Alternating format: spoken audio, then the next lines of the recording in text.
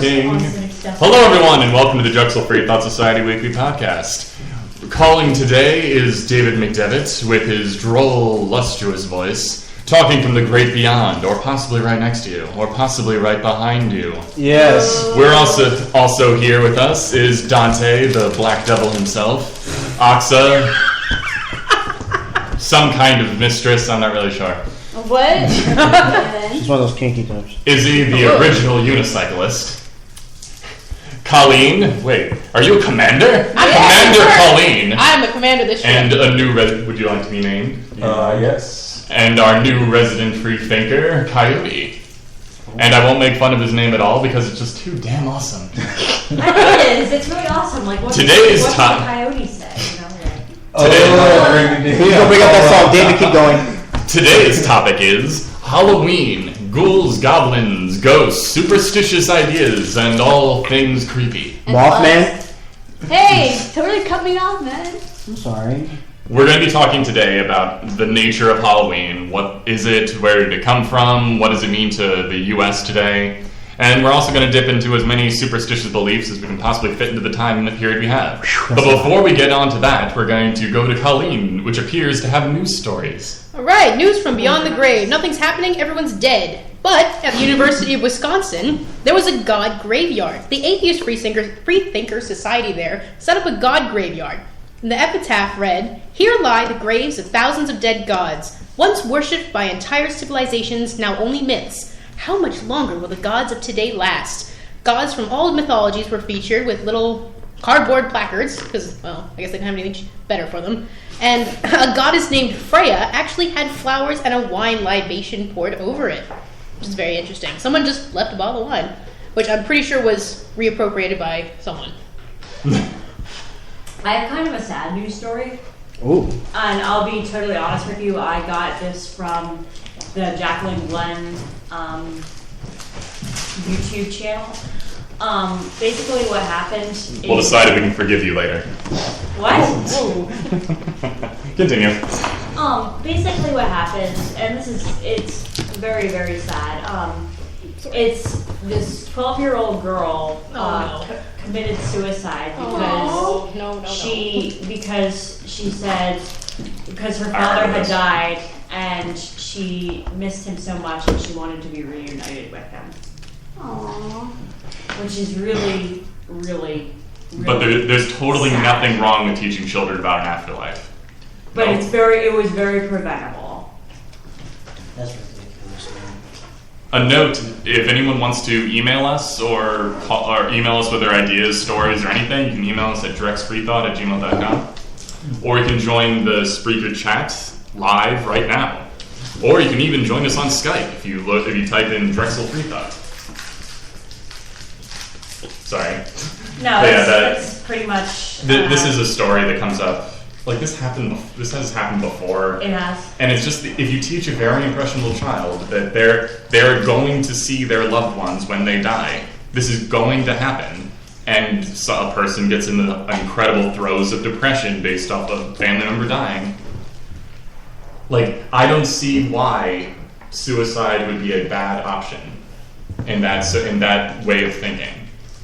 You're promised you're going to go to a better place. Suicide's been looked down upon, though. No, do you know what's funny? Well, if you can call it funny.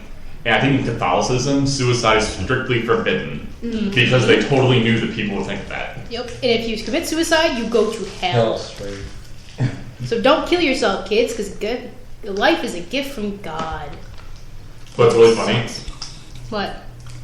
I saw this comic online that was something like, God said you can't commit suicide, but he never said you couldn't put yourself through high-risk behavior. Technically, it's the same And thing. it showed a person going on a unicycle over a tightrope with sharks while juggling chainsaws. We debated that in my high school morality class, and I think the teacher You led had a us morality to... class in high school? Yeah, That's it was really awesome. awesome. I Wait, you were in a Catholic high school, right? Yeah, I was. Yeah. But he allowed other viewpoints, which means that I pretty much... That's crazy. I destroyed everyone. So, sort of. Not really.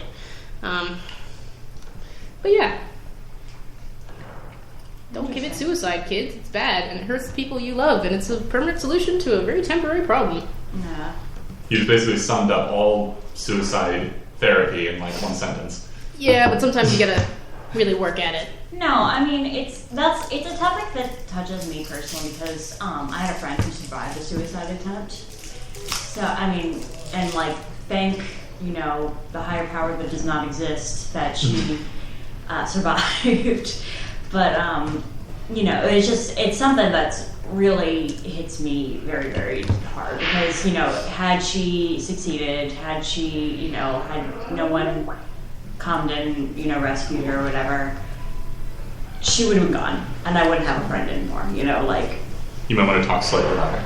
She would have been gone, and I would not have a friend anymore. So that's why I think it's so dangerous that a faith could teach you that you're going to meet your loved ones when you die, and you're going to go to a great place when you die, because in a way it's kind of encouraging people. I don't want to say it's encouraging people, but It's like, why live on the doormat of your eternal life? Exactly.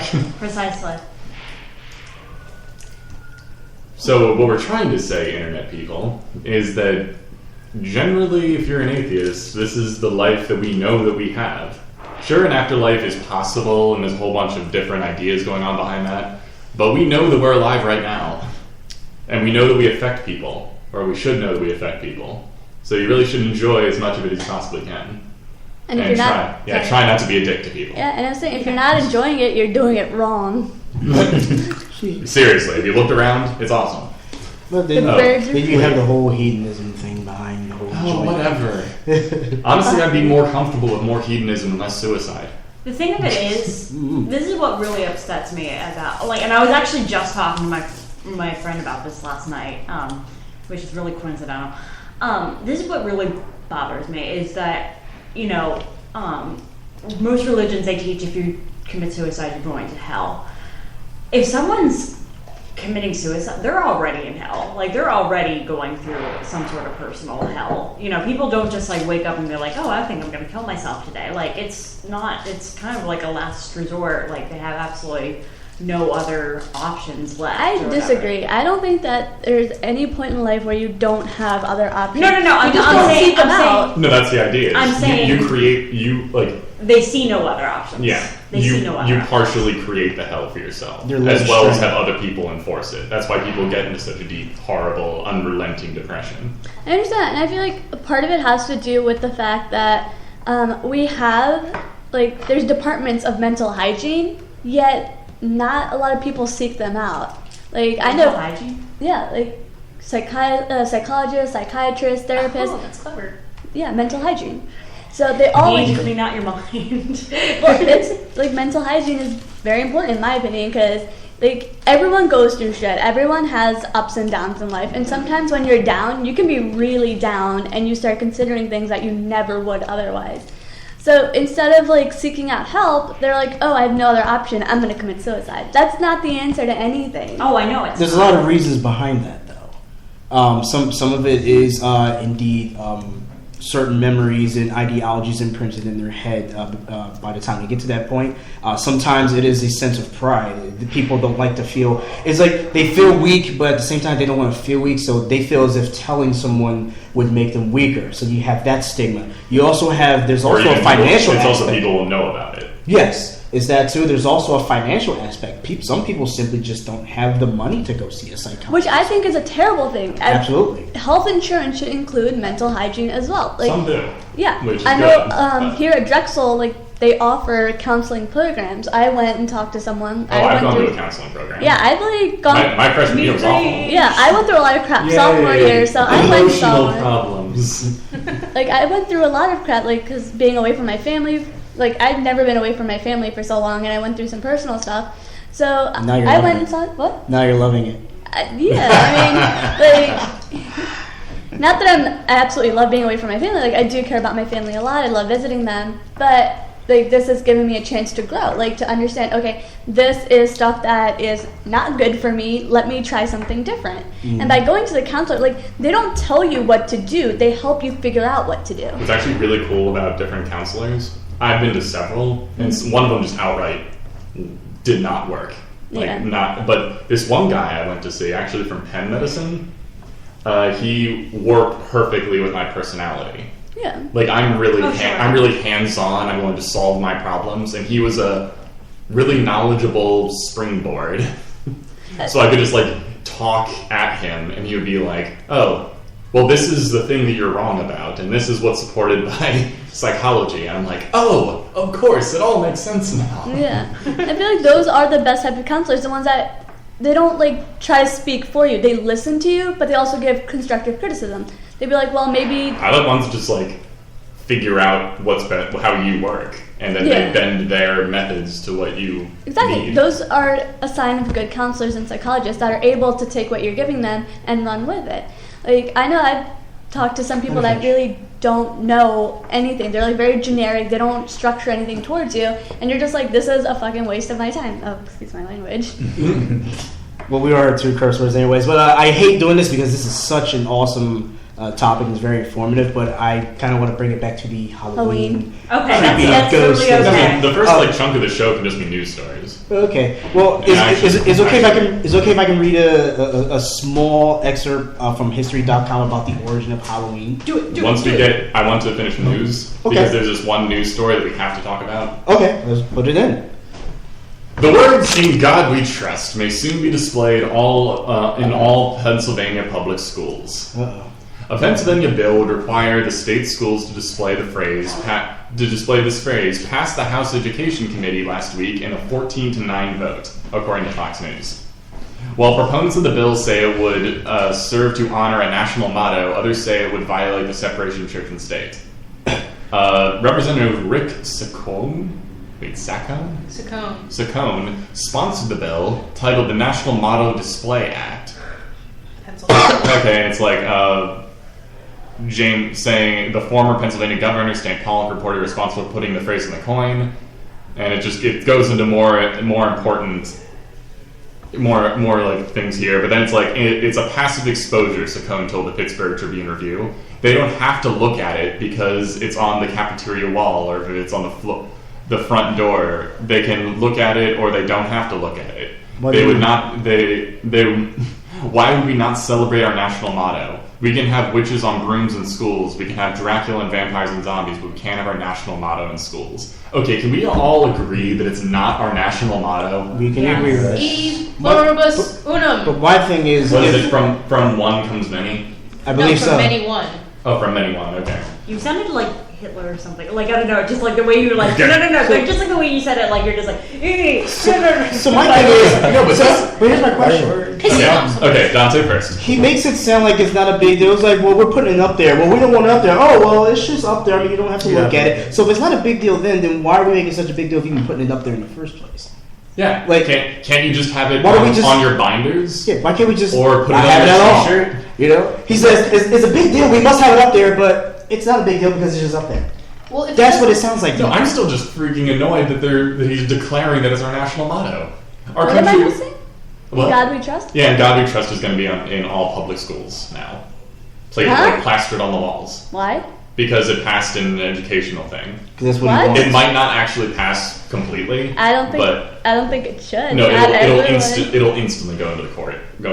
Like, I wish Joe was here. I know. This is even a hot topic within our group, which is interesting enough.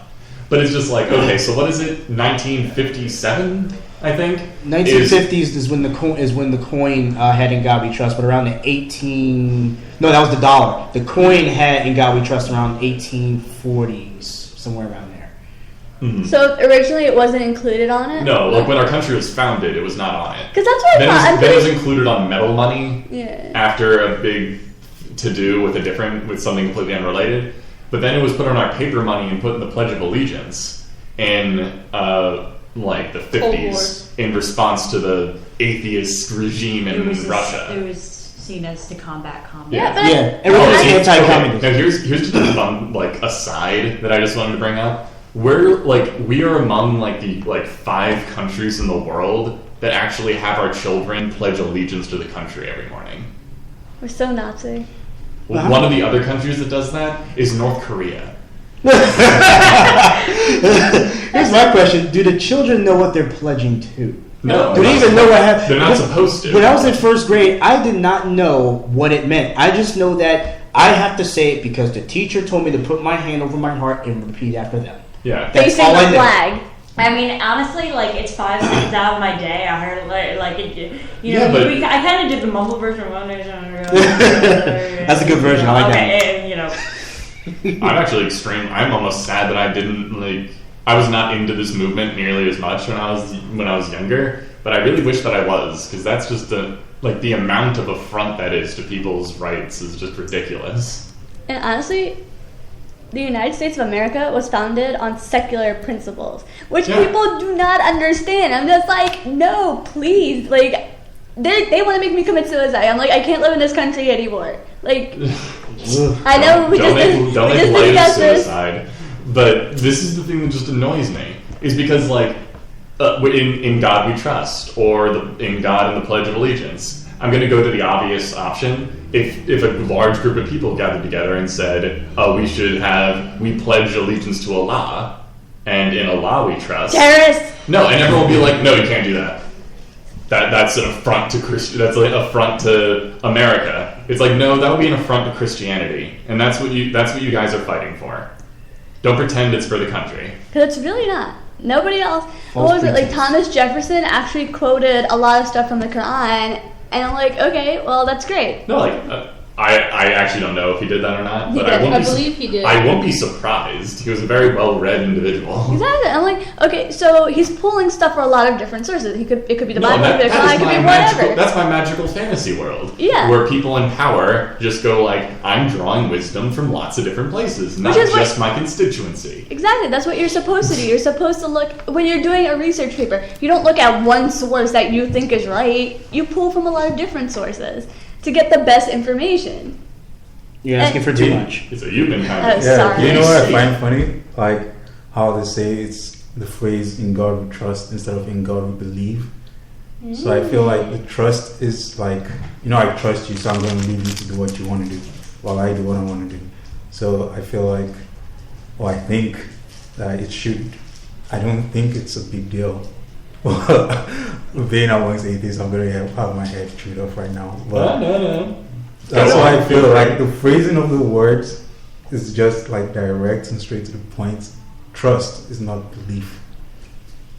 Trust is assuming he exists and then saying, yes. It's I would say- assuming like it's I think assuming everything in that your hands. yes, I leave it to you, but I don't know if you're there or not. But whatever. If you're there, I That's trust not that actually you're a gonna pledge, do what you're gonna do or what. Do you know the pledge? Yeah.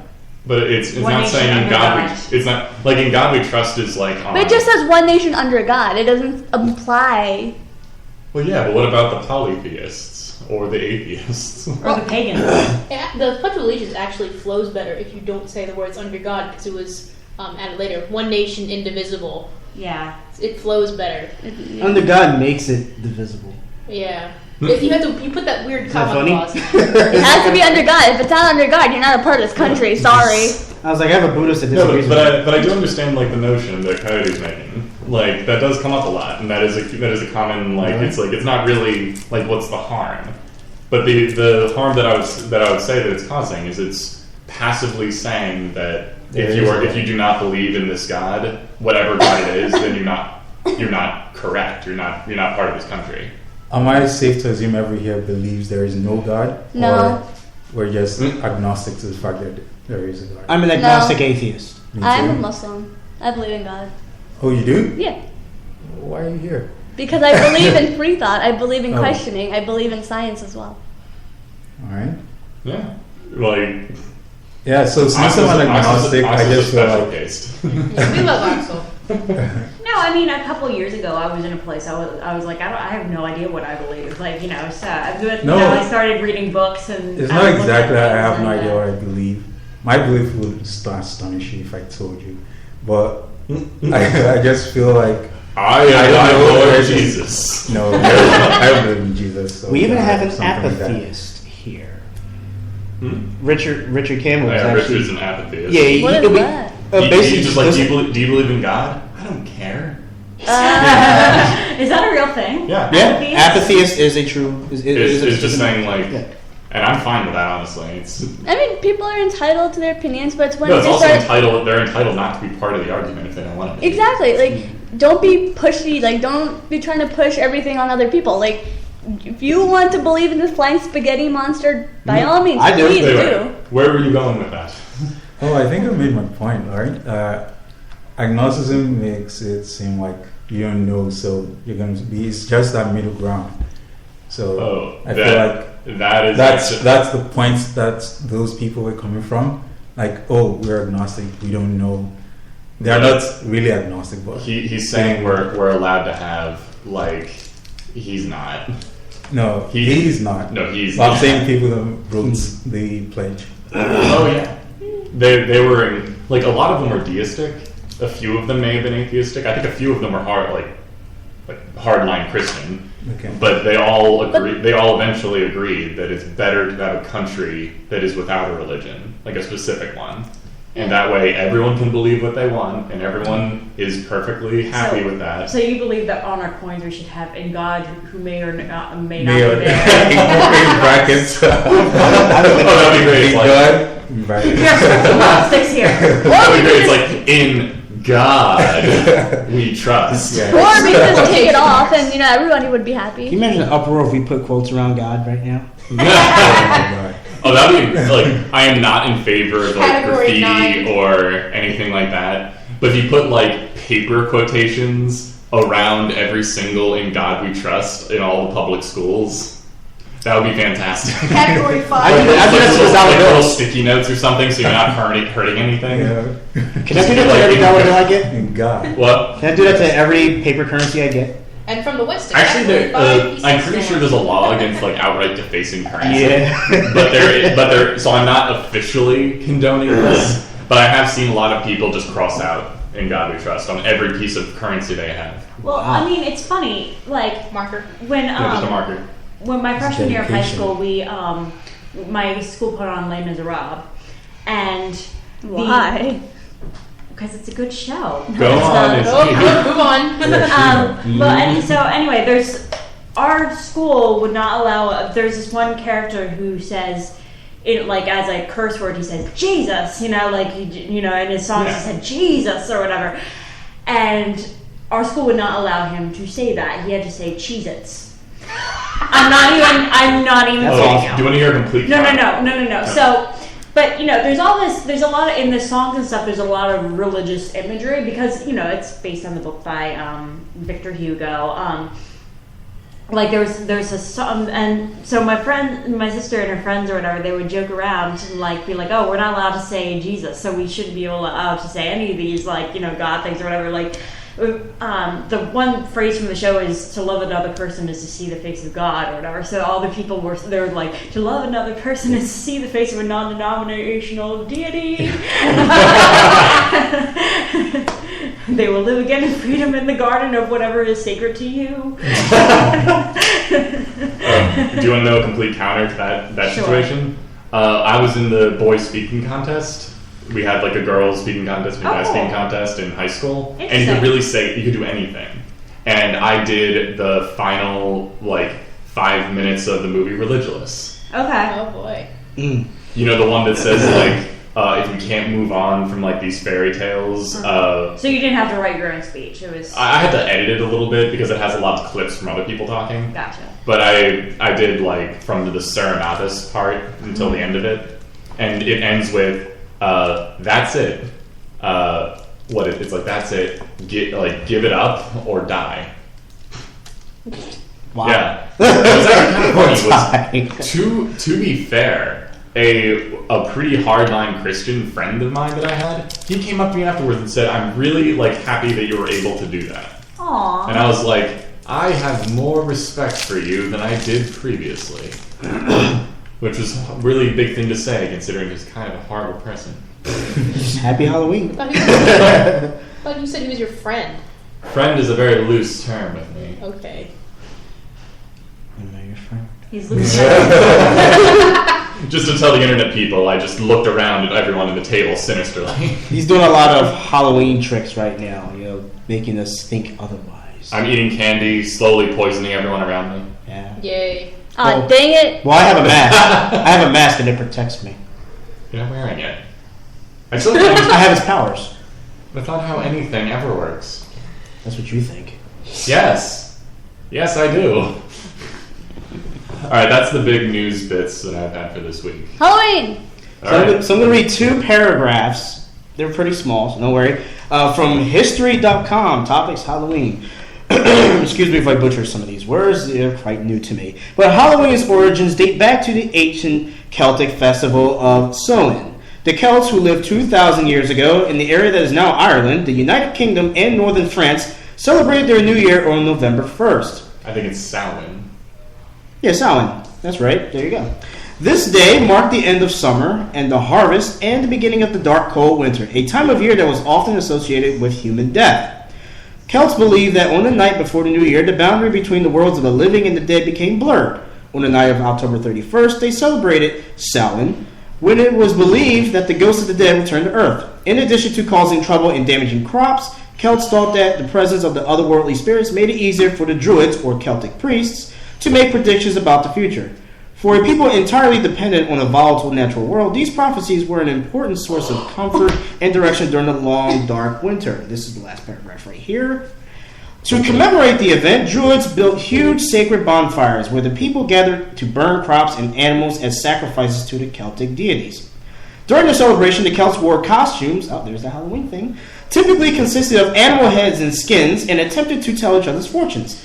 When the celebration was over, they relit their hearth fires, which they had extinguished earlier that evening, from the sacred bonfire to help protect them during the coming winter. And then after that, it starts talking about how the Roman Empire started getting involved, and then how it came to America, how the Christians condemned it, and then they changed it, and then around the 1920s and 30s, it became secular, and everybody started dressing like Batman. The end. Wasn't it like I read like a really short article a while ago that was like Christians are the reason that we have Halloween? Kinda. Yeah. Because you always want to do what you are told not to do. Well, not even that. I think they brought it over. Like, we wouldn't celebrate Halloween here if the Christian folk didn't bring it with them. Which is ironic because, you know, like the most strict Christian person I knew in high school, and she was, like, she had, like, apples to apples Christian edition, which I didn't even know that existed. And she said she didn't celebrate Halloween. You know, she was totally opposed to it. I mean, she didn't go up to him and show him, but like, you're a sinner if you celebrate. She was just kind of quiet about it. And she said, I don't really celebrate Halloween because of religious reasons. You know, she was pretty easygoing about it. Yeah. So it's interesting to me that it's kind of like the Christians, they kind of took over the Celtic holiday and they're like, yeah, it's ours now. And then like Christianity has a long line of taking over people's holidays. Saturnalia. Yeah, they did right here. It says something about in 1000 AD, the church would make November 2nd All Souls Day, a day to honor the dead. And they mentioned something about All Souls Day was celebrated similar to the Samhain, with big bonfires, parades, and dressing up in costumes as saints, angels, and devils. And then it came to America. Christianity is like a mugger. They just knock over other religions in dark alleys and ruffle through their pockets for new holidays. Ew, that's really dark. Did you make that up yourself? I did not. It's actually from something No. else, and I was about to attribute it. I'll still give you credit. It was a linguist who said that English mugs other languages in dark alleyways and ripples through their pockets for new nouns and verbs. It does. Yeah, like magazine is yeah. actually Arabic in origin. Magazine? Mm-hmm. Well, almost all of our verbs come from like Almost all Latin. of them. French. Latin, German, Arabic. Oh, English is the chimera of languages. All the really pretty words come from Arabic. Kismet, I'm pretty sure is from Sanskrit. Mm-hmm. Kismet? Yeah. It kind of sounds like Sanskrit. Because we all totally know what Sanskrit sounds like. Well, I know what it sounds like. Of course. No one speaks Sanskrit. It's Sanskrit. Grit. So I say words how I decide. Sanskrit is a font. You're Sanskrit. So Shaggy, I mean David, what are your thoughts about ghosts? Yeah, can I talk about this? Does that mean Coyote is Scooby? Oh. That was too easy. Jeez, that's a low blow. My goodness. Would you like a Scooby snack?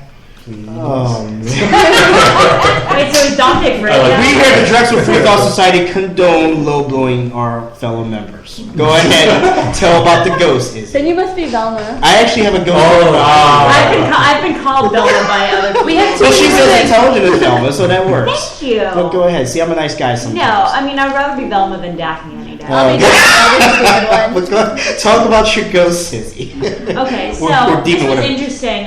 Do you all know who the Friendly Atheist is? Yep. Yeah. The friendly Okay. atheist? Well, for those of you who do not know, which is you, the Friendly Atheist, he's a blogger and he has a YouTube channel. And I recently just subscribed to his YouTube channel because I've been trying to subscribe to different YouTube channels lately. Good. And one of his most recent videos was, can atheists believe in ghosts? And he said, I hate to say it, but yes they can. He said, because the definition of atheist is someone who does not believe in any sort of higher power or whatever. He's like, but there are atheists out there, and he's like, and I don't understand why. He's like, but they believe in ghosts, or they take the tarot card reading seriously, or they what was the other? They check their horoscope Yeah, daily, zodiac. which I'm makes confused. And God forbid it No. becomes Scientologists. No. I actually believe in what he said. Because, okay, I'm going to tell you guys a story. This happened when I was a kid. Ghost Okay. stories. And Not also, actually you'll also be ghost telling stories. the It's entire kind end of, the story. I know. It's kind of like a psychological thing. Anyway, I had a dream when I was a kid. This was back in Nigeria, though.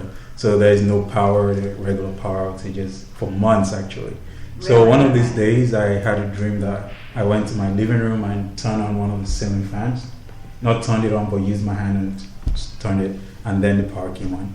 As I woke up, I went out to the living room and turned the fan, and the power came on. This was after months of power outages. Ooh, Coincidence.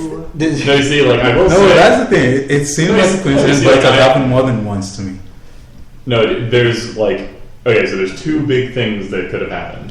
One of them is obviously like that's just a really awesome coincidence. Yes. But there is the idea that dreams are really weird in people's brains, and our memory is awful, especially of dreams. and you kind of shape And it to yeah, like when you woke up and then you flip the fan, you could have partially rewritten the dream in your head. Yeah, our Which brains are is- very No, I mean like I'm not. It's not like you're tricking yourself or that you did it like you're trying to or anything. It's just this is what human brains do. You see, if that was the only occurrence, then maybe I would have believed you. No, and also the worst thing is the more if that happens to you, like even on a regular basis, it increases like the likelihood that your brain will create a confirmation bias. So, how many times do you spin the fan when you wake up? That was the only time. That was the only time. Yeah. How many times do you look at fans during the course of the day? You mean after that or before that? It doesn't matter. The idea is that you ignore misses, but you only focus on the times where something really cool happened. Yeah. This is also a thing that it's just it's something to be aware of, and this is where you have to like fire up your rationale and your skepticism. I mean, I'll be And just- totally sorry. Oh, sorry, I didn't mean to. No, it's fine. I'll be totally honest with you. Someone like I know it's irrational. I know it's stupid. I sometimes take dreams kind of seriously, which is I know it's stupid. I know it's a problem I have, like, and I can't stop myself. Like I can't stop I'm like when I wake up, I'm like, what did it mean? Like maybe it's it's like. You see, but then I'm not the only one too. Even at the Philadelphia Atheist conventions, Oh no, a whole I've lot. told other people, and other people have said things like A that. lot of people take dreams really seriously, but No, a lot their more people dreams don't understand have dreams. actually come true, like verbatim. No, that's the thing is that the dream you actually had might not be the one that you remember. Yeah, that's how crazy the brain is. What about deja vu? Oh, that's even worse. Because I got it serious this morning. I'm like, oh my god, I feel like I have deja vu all the time, I was and like, it, this it, is can, never it can be great, based completely on nothing. Yeah, it's your brain short-circuiting, and then it tries to It tries to connect like to something in the rationalize. past, and you create a past memory that you recall in the present. And honestly, Exactly. sometimes, and the thing that in like the case of the dreams coming through, sometimes this actually is a completely identical situation, and then that just reinforces it. yeah, I feel like it has more to Is do it- with routine as well. Like we Sure. go through a routine all the time, and then eventually your brain's like, oh, well, maybe you've already done this, and you're just like, what? Yeah, because if like maybe you walk down a certain path, and you maybe while you're walking you see a food truck, then you see a guy on a bike, and maybe you go down to another city, and then you're walking down a similar park, you feel if you pass a food truck, you fill in all the details. Like you see your bike next. Oh, this actually ties into the ghost stuff. This is just another thing that has to do with Which I had. I encountered a ghost. Well, I'm going quotes first. Quotes around that. The idea is people are causal. Causal dualism. The best example that I have of this is when I think it's cognitive dualism, actually. But the idea is humans will always, or not always, but generally mistake a shadow for a burglar, but they'll never mistake a burglar for a shadow. So we make causality happen. Is it like so we see like a plastic bag going through the light in a certain way that totally looks like a ghost, we will make it an entity that is purposefully doing something, because that's how our brains work. That's because like this is actually a really cool thing that we talked about 2 weeks ago, and why people one of the explanations for why people believe in gods is just because we're human, we make stuff. So of course, everything that ever happens around us has to be made by somebody either more powerful than us or in some other dimension that we have no concept over. Because we can't we have to have a causal element. We can't, it's really hard for people to understand that stuff just happens. And honestly, that's where a whole lot of ghosts and, because you know you know the classic thing where it's just like, what is it? Like, you hear a bump in the night. Obviously, that's something making a bump in the night. It's totally not a tree. Or thunder. Or any natural phenomenon whatsoever. It has to be a dude coming to my house to kill me. Well, that's the thing. I mean, I remember one time I was up late reading or something, and I heard this like, woo, in the hallway. Do you know what makes it worse? When you're reading like scary stories. The other night, I was catching up on The Walking Dead. I absolutely love that show. Should not watch it at 9:30 at night. By yourself. By myself. Because when I was going to sleep, I'm like, I really don't want to go downstairs and getting my laundry. Because obviously there's going to be zombies down there. Resident Evil. But of course there isn't. Right. If zombies existed, they'd be eaten in 5 seconds. No, but here's the thing. What? If zombies existed, carrion eaters and bacteria would eat them in 5 minutes. True. If I can finish my story. Yes. So it's just like sits right, and I'm just like, holy crap! Like, did I just hear? But then it occurred to me, there's a fan in the hallway. It might make strange noises once in a while. They're all those of course moments. Yeah. If you hear creaking in the house, oh my god, is someone walking down the hallway? Wait a minute, no they're not. I live in a house. Houses make sounds. Yeah, my house does that all the time.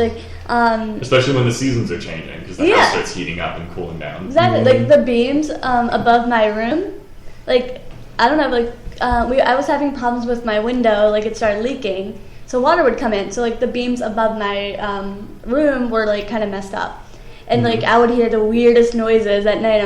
And I would get freaked out, and then I told my dad, I'm like, Dad, there's weird noises coming from the roof above my bed. He's like, it's probably just the base boards or whatever the hell is up there due to the water. They're expanding and contracting. Ghost man. It's ghost man.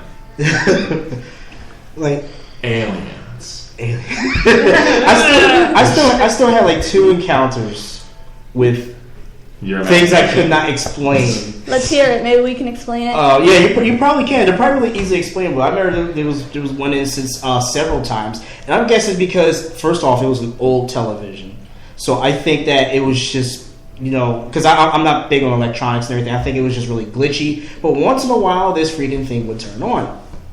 like I would have the TV off, and I'd go to sleep, and I'd wake up, and the TV be on, but the remote would be all the way over here. So it's like I'm in the bed, the TV's over here, and the remote's over here, but the TV's that happened to me on. once. It's actually I'm like, what is this? Oh wait, we'll get to that one. But the second one, which still baffles me to this day, and I think it's because of the human eyes are so faulty that optics were tricking me. But anyways, I was when I used to go to high school, I would have to walk downstairs. I would be up before everybody else. It was like 5:30, 6 o'clock in the morning, so it'd still be dark, depending on what time of year it was. In any case, I would go downstairs. The sun would not be out, and as I'm about to open my door, my front door, keep in mind I don't have it open yet, I saw a light kind of flash from under the basement door and kind of reflect off the mirror. And I stood there and I stared at it for like a couple seconds, and instantly it freaked me out. I was like, that's not normal. And I ran out the door, like, you know, I mean, I didn't scream or anything, but I just ran out the door, and I was just like, the lights are off.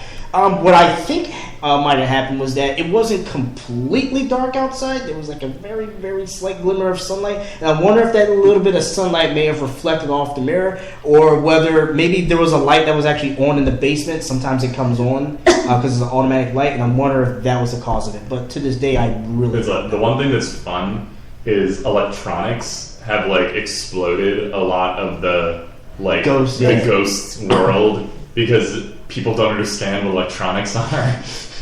It turned off, and then it turned back on again. Yes, and I didn't touch it. Yeah, it's called you that's need a normal. new blender. It's called Ghost. I think what happened to the TV, we had a computer at work that would do the same thing. As soon as you plugged it into the wall, it would turn itself on because the power supply unit was Effed up. It was Latent energy, maybe? No, it was actually plugged in improperly, so the power circuit kept short-circuiting. And we also had another computer where the wire was loose, and it would occasionally turn itself on and freak us all out in the office. Like, all we hear is whoosh in the back. I'm like, what the hell was that? Is that turning on again? Yeah, I don't know what it is. But, you know, it was just short-circuiting itself on, because the switch would close momentarily, just enough for it to go, boom, turn on. They, It could be an electro gremlin. No, like Okay. the turning on mechanism of computers is like a tiny circuit. Yeah. And it's seriously like one open and closed switch. So if you just turn it on suddenly, then like it's so. You see, I work with electronics and like computers and technology, so like it baffles me that that's not understood. Is that electro gremlin or haunt or ghast or whatever it is, some poltergeist? But that's the thing, though, is people, and this happens to me, of course, a lack of understanding breeds our need to find causality for it, and we will make stuff up if we don't know it. No matter how ridiculous it is, and it seems like the ghost has become. You know, God isn't the only gap. It's like the ghost is the gap. If I cannot explain it. The ghost. You know, It sounds like a crappy The ghost of the person movie. I mean, if you're walking through the house and something just goes, it's a ghost. You know, the box totally didn't fall over and the wind pushed it over. I think it was some apparition. It's like an apple falls off the shelf because round fruit never rolls places. Not on its own. The ghost is angry at that apple and decided it must die. There's actually a Cracked article this week, I think, and it was like the 5 least impressive hauntings of all time.